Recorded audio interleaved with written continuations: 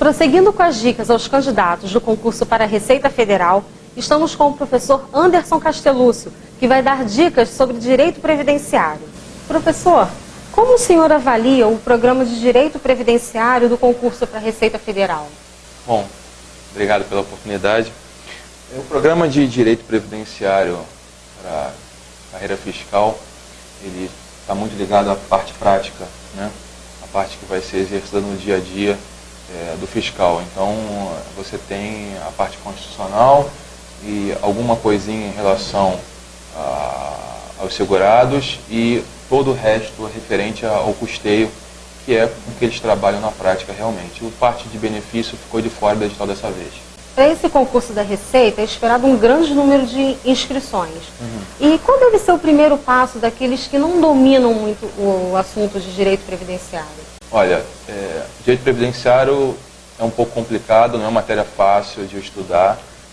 Aqueles que ainda têm uma boa preparação, ou então estão muito em cima da hora para estudar, procura fazer uma leitura da legislação. Procura ler a lei que vai cair na prova, procura ler o decreto 3048 de 99, a 8.212 de 91, a 8.213 de 91 e a Constituição nos artigos referentes ao edital da prova. É o mínimo que o candidato pode fazer. Inicia o estudo pela legislação. Se tiver tempo para passar para uma outra situação, que ele possa ir para um livro, para um caderno, adotar o material de estudo que está sendo dado no curso, né? A forma adequada, então, para se estudar direito previdenciário seria leitura, basicamente leitura. Basicamente leitura. Eu não acredito. As questões de custeio envolvem questões de como acontece a cobrança tributária, né? Mas isso eu não vejo situações práticas, efetivas de serem cobradas na prova, situações que mexem com números de cobranças, de práticas de tributos, de contribuições previdenciárias, como a contribuição previdenciária é cobrada na prática.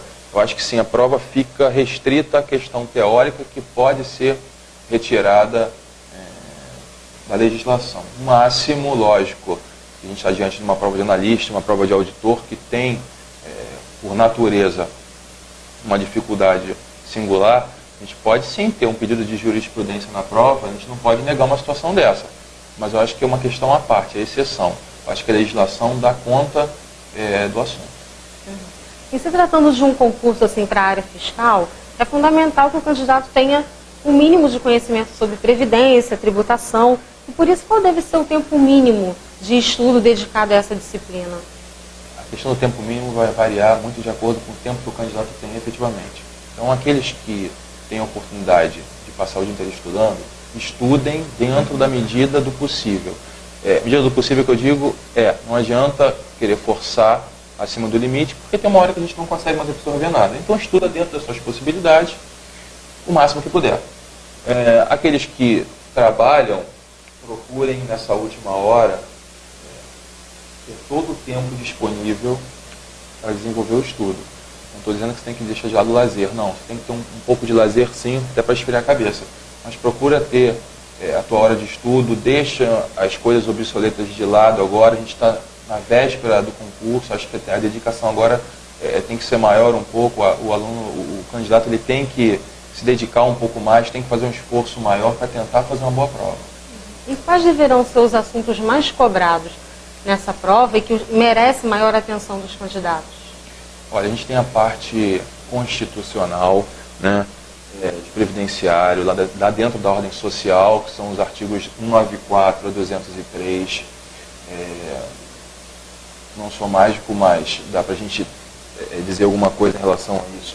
São questões que são quase certas de caírem em prova, questões pedidas de acordo com o conteúdo da Constituição, artigos 194 a 203, principalmente os princípios ou objetivos da Seguridade Social, que cada princípio, você tem uma nomenclatura de cada princípio bastante extensa e as bancas costumam pedir isso nos concursos, para saber se o candidato sabe efetivamente o nome do princípio. Às vezes não pede nem o conteúdo dele, mas quer saber se você sabe o nome, porque eles podem embaralhar os nomes dos princípios, né?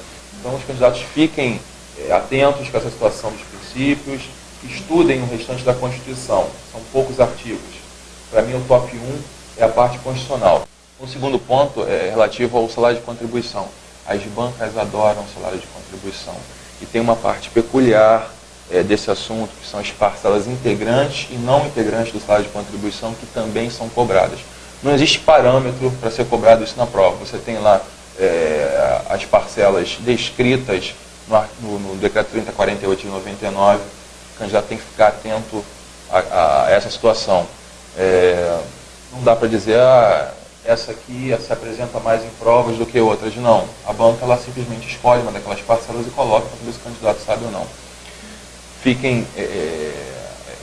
Tomem cuidado com a questão do aviso prévio indenizado, que recentemente teve uma modificação em relação a isso dentro do salário de contribuição.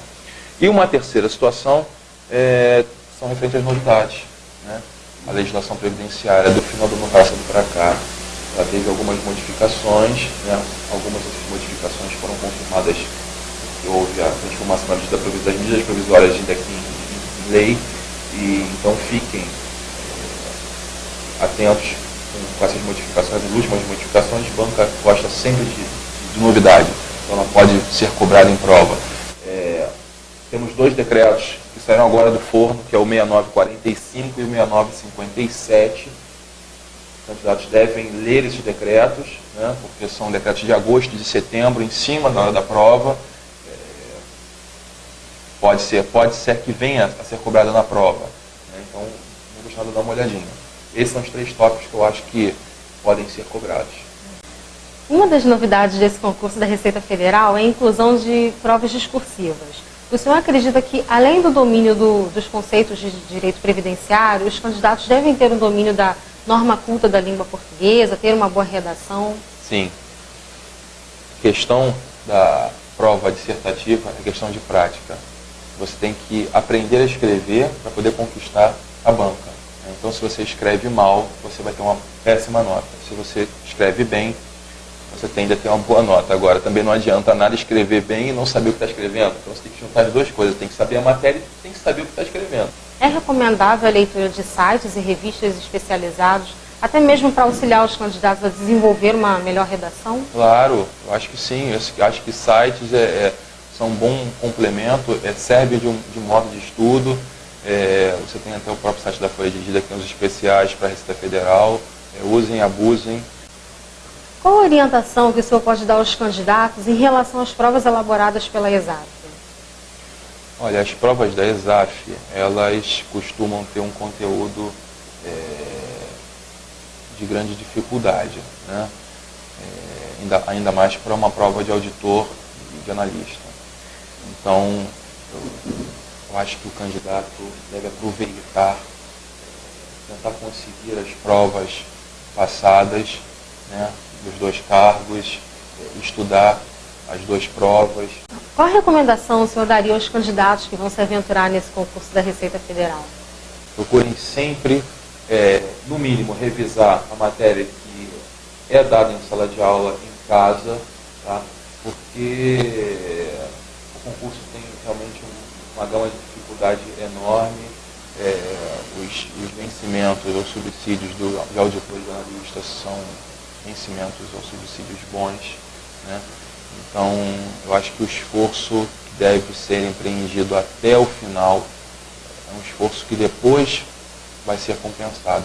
Então, vocês aproveitem o máximo de tempo que vocês tiverem para poder estudar, colocar a matéria em dia, reforçar o estudo da matéria. Deixem, de repente, para a última hora aquelas situações que vocês estejam com um pouco mais de dificuldade, porque às vezes a cabeça mais perto da prova, vocês conseguem ter um pouquinho de memória seletiva para lembrar daquilo que vocês têm mais dificuldade para gravar, deixando no finalzinho, se vocês derem uma sorte na hora da prova, de cair aquela questão que vocês estudarem, vocês vão estar mais preparados. Então, só procurem aproveitar o tempo, né? E os professores nos cursinhos, eles estão aqui para isso mesmo, estão aí para isso mesmo, e acho que vocês não devem ficar com dúvidas, sair com dúvidas de sala de aula. Aproveitem bastante o tempo.